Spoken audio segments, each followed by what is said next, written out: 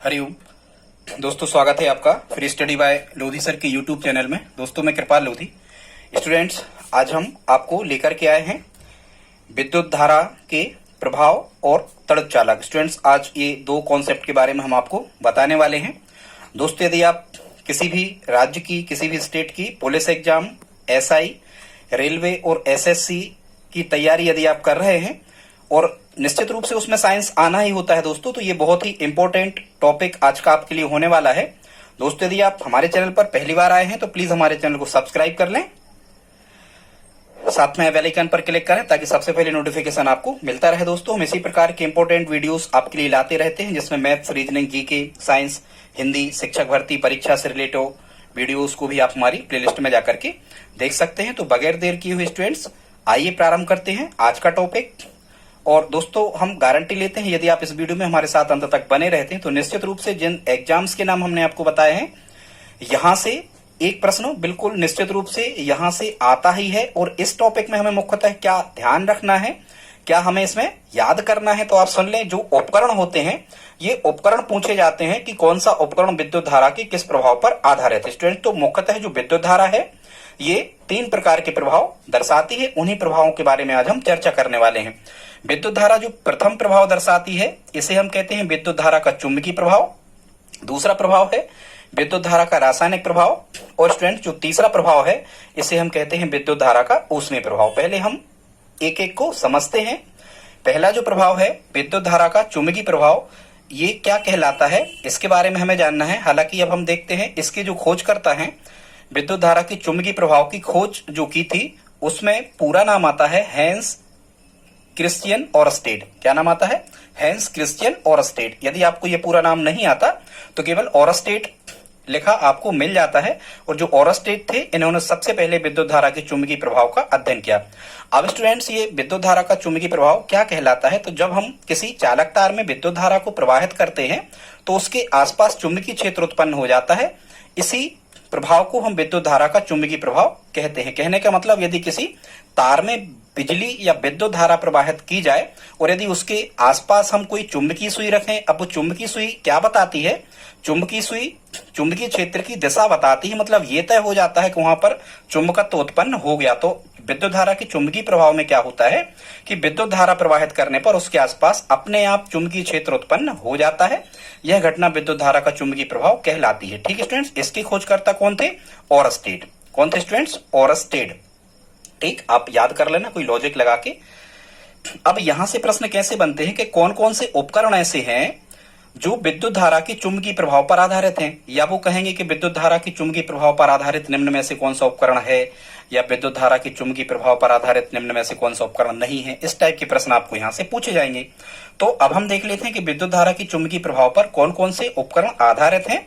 तो सबसे पहले तो विद्युत घंटी, ये विद्युत धारा की चुंबकीय प्रभाव पर आधारित है। फिर टेलीफोन, रिसीवर, रेडियो, टेलीविजन, तंतु प्रकाशिकी। तंतु प्रकाशिकी मतलब ऑप्टिकल फाइबर जो होता है तंतु प्रकाशिकी। तंतु आपने देखे होंगे, केबल टीवी की जो डिस्क होती है, इसमें बहुत छोटे छोटे तार लगे होते हैं, जिनमें जो तरंगे हैं, ये विद्युत जो तरंगे हैं, ये प्रकाश की गति से आगे बढ़ती हैं। ठीक है, बताएंगे आगे कभी ऑप्टिकल फाइबर के बारे में। तो यहां से आपसे क्या पूछा जाना है कि निम्न में से कौन सा उपकरण विद्युत धारा के चुंबकीय प्रभाव पर आधारित है। ठीक है स्टूडेंट, तो यहां से विद्युत घंटी, टेलीफोन रिसीवर, रेडियो, टेलीविजन और तंतु प्रकाश की मतलब ऑप्टिकल फाइबर, ये विद्युत धारा के चुंबकीय प्रभाव पर आधारित है। हालांकि ये तंतु प्रकाश की ये पूरा एक फिजिक्स का एक टॉपिक ही है, लेकिन उपकरणों में विद्युत घंटी, टेलीफोन रिसीवर और रेडियो, टेलीविजन, ठीक है, ये विद्युत धारा के चुंबकीय प्रभाव पर आधारित होते हैं। मतलब इन उपकरणों में कहीं ना कहीं विद्युत धारा प्रवाहित करने पर चुंबकीय क्षेत्र उत्पन्न होता है, उसी प्रभाव पर ये कार्य करते हैं। आगे हम देखते हैं और इनके बारे में हम आगे, इनके जो विद्युत घंटी, टेलीफोन रिसीवर, इनका सिद्धांत क्या होता है, आगे हम आपको किसी अन्य वीडियो में बताएंगे। अभी हाल आपको केवल इतना ही तैयार कर लेना है। आगे देखते हैं स्टूडेंट्स, सेकंड जो है दूसरा प्रभाव विद्युत धारा का है, इसे हम कहते हैं विद्युत धारा का रासायनिक प्रभाव। और विद्युत धारा का रासायनिक प्रभाव क्या कहलाता है स्टूडेंट्स? जो विद्युत अपघट्ट का विलयन होता है, खासकर सेलों में विद्युत अपघट्ट का विलयन होता है, जिसमें यदि विद्युत धारा प्रवाहित की जाती है तो वो अपने आयनों में टूट जाता है। ठीक है, समझाएंगे आगे क्या कैसा होता है। अभी हाल तो आप ये समझो कि कौन से उपकरण ऐसे हैं जो विद्युत धारा की रासायनिक प्रभाव पर कार्य करते हैं या विद्युत धारा की रासायनिक प्रभाव पर आधारित हैं। तो विद्युत धारा का रासायनिक प्रभाव क्या कहलाता हम आपको बता चुके। जब किसी विद्युत अपघट्ट के विलयन में हम विद्युत धारा को प्रवाहित करते हैं तो वह विलयन अपने आयनों में टूट जाता है, धनायनों और आयनों में, और इसके परिणाम स्वरूप क्या होता है, विद्युत धारा एक जगह पर आयन इकट्ठे हो जाते हैं, धनावेश और ऋणावेश, ऋणायन और धनायन, फिर वो एक दूसरे की तरफ गति करते हैं और विद्युत धारा बाद में हम प्राप्त कर सकते हैं। तो आई होप आप समझ गए होंगे, और इससे भी आप समझ जाओगे कि विद्युत धारा के रासायनिक प्रभाव का सबसे अधिक उपयोग काय में किया जाता है स्टूडेंट, तो ये किया जाता है विद्युत सेल में। जो विद्युत सेल होता है, कई प्रकार के शुष्क सेल होता है, डैनियल, वोल्टेज, लेक्लांसी, ठीक है, इन सभी सेलों में विद्युत धारा की रासायनिक प्रभाव का अध्ययन किया जाता है, क्योंकि इन सभी सेलों में विद्युत अपघट्ट विलयन भरा होता है। जैसे अपनी बैटरी भी होती है, विद्युत बैटरी भी आप यहाँ कह सकते हो। इन सभी को हम पहले क्या करते हैं, आवेशित करते हैं, चार्ज करते हैं, फिर वहां से हम विद्युत लेते रहते हैं, वो उनका निरावेशन हो जाता है। ठीक है स्टूडेंट्स, तो आई होप आप इतना समझ गए होंगे। तो यहां से प्रश्न कैसा बनेगा आपको कि विद्युत सेल निम्न में से किस सिद्धांत पर आधारित है, तो आपको कहना है इनमें विद्युत धारा की रासायनिक प्रभाव का उपयोग किया जाता है विद्युत सेलों में। ठीक है, एक और होता है वोल्ट मीटर, ये विद्युत अपघटन की क्रिया जिसमें की जाती है। आगे आपको समझाएंगे विद्युत अपघटन के बारे में, चूंकि ये कुछ बड़ा टॉपिक है, आज हमारा उद्देश्य ये सब बताने का नहीं है। तो वोल्ट मीटर भी जो उपकरण होता है वोल्टेज मापने का, तो वोल्ट मीटर भी विद्युत धारा की रासायनिक प्रभाव पर आधारित है, क्योंकि ये जो विद्युत अपघटन की अभिक्रिया या जो क्रिया है ये जिस उपकरण में होती है उसे हम क्या कहते हैं, वोल्ट मीटर। ठीक है, विद्युत लेपन की क्रिया जो होती है वो भी विद्युत धारा की रासायनिक प्रभाव पर आधारित है। विद्युत लेपन की क्रिया क्या कहलाती है स्टूडेंट्स, कि कुछ सस्ती धातुओं को यदि अच्छा बनाना है, उनको महंगा बनाना है, वो अच्छी दिखें इस टाइप से, तो उन पर दूसरी धातु की परत चढ़ा दी जाती है। ठीक है, जैसे क्रोमियम की परत चढ़ाती जाती है, जैसे हैंडल है मोटरसाइकिल के या साइकिल के, या रिंग हैं जो अपन देखे वो चमकदार होते हैं, कई वाहनों के उपकरण हैं उन पर महंगी धातु की परत चढ़ा दी जाती है, उसको हम विद्युत लेपन कहते हैं। तो ये भी विद्युत धारा की रासायनिक प्रभाव पर आधारित होता है, क्या, विद्युत लेपन। ठीक है स्टूडेंट्स, अब इस विद्युत लेपन का उपयोग विद्युत अपघटन का उपयोग कहाँ कहाँ किया जाता है, दो लाइन हमने यहाँ आपको बताना चाहा है।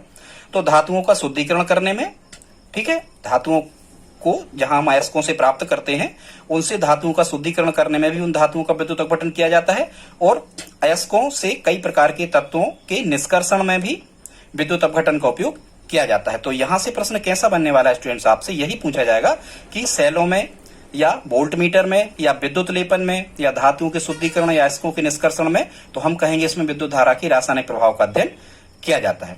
ठीक है स्टूडेंट्स, इन सभी में कहीं ना कहीं पर जो सबसे इंपॉर्टेंट चीज है यहाँ पर वो क्या है, विद्युत सेल।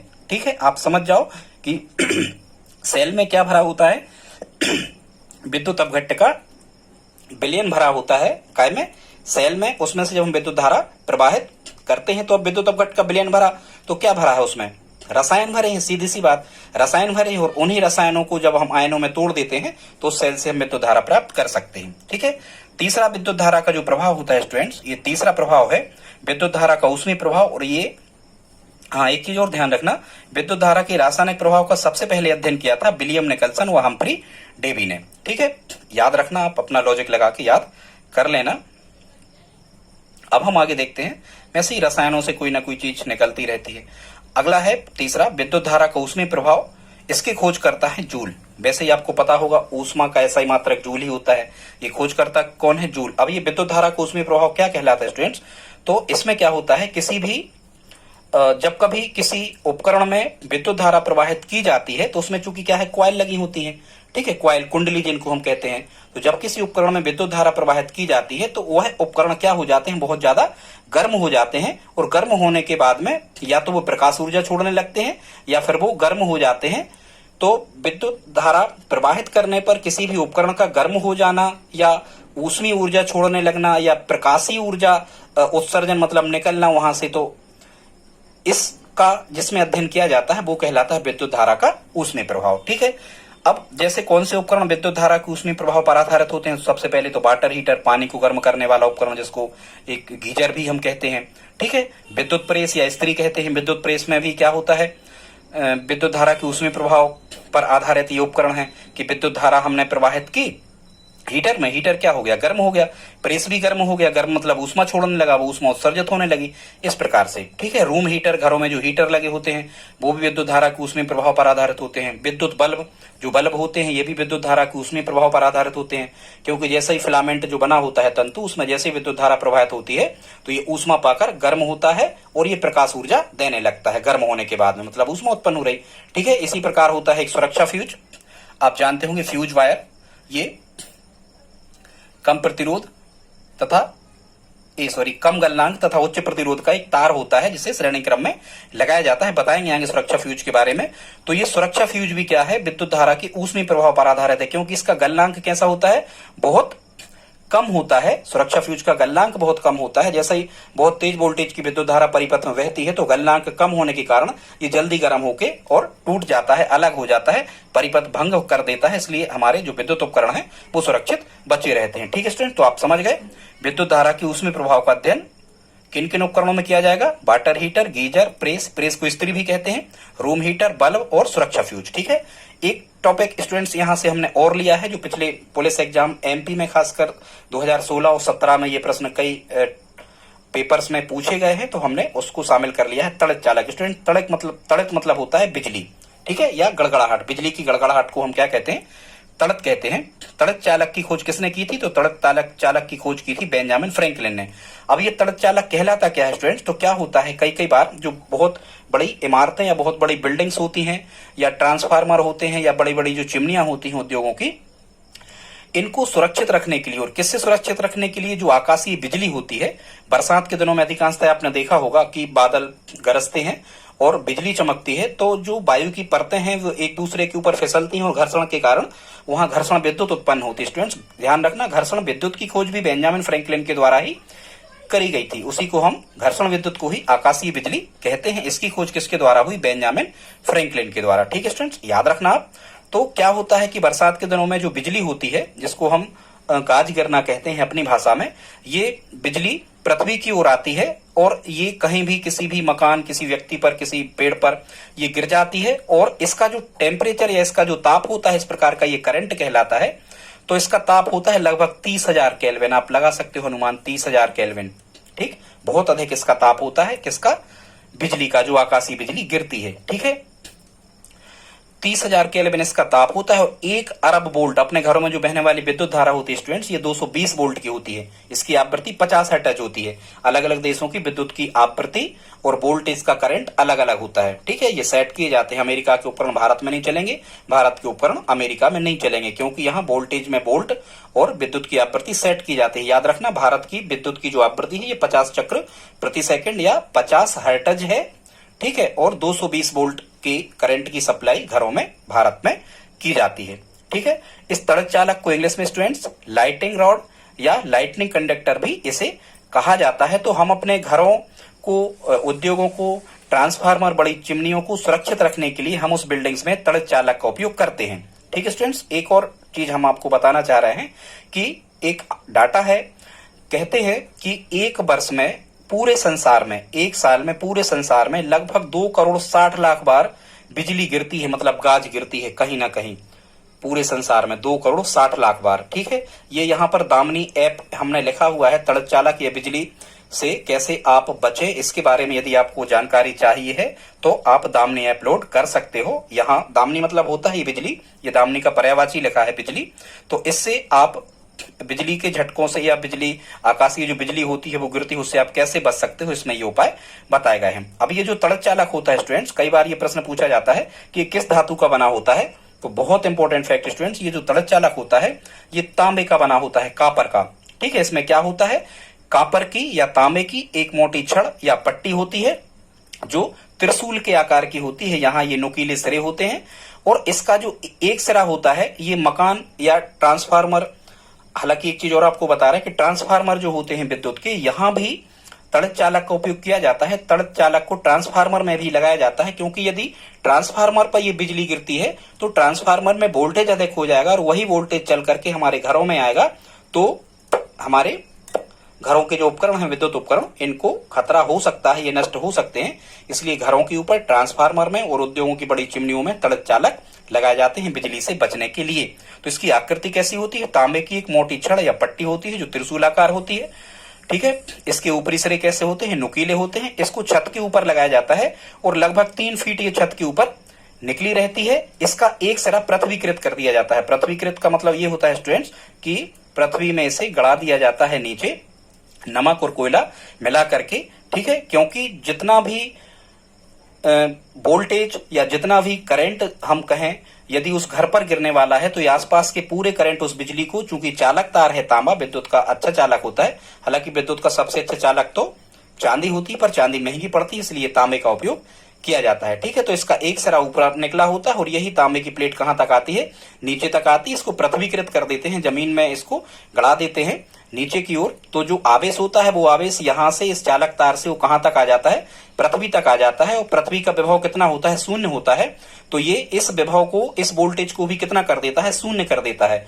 और यदि शून्य कर देता है तो वहां विभवांतर उत्पन्न नहीं हो पाता है, तो वहां जो करंट है वो मिलता नहीं है, धारा तो वहां आसपास नहीं बह पाती है। ठीक है स्टूडेंट्स, कभी ये पूछा जाए आपसे कि पृथ्वी का विभव कितना होता है, तो पृथ्वी का विभव कितना होता है? शून्य होता है। यहां लिखा है फिर क्या? आखिरी सिरे पर, जो यहां नीचे पृथ्वीकृत होता है, इस आखिरी सिरे पर कोयला व नमक मिलाकर इसे पृथ्वीकृत कर दिया जाता है। आवेश यहां से चल के और कहां आ जाता है? पृथ्वी पर। तो आजू बाजू का जो वातावरण या मकान या जो बिल्डिंग होती है वो आपकी सुरक्षित बनी रहती है। तो ये था स्टूडेंट सिद्धांत तड़क चालक का।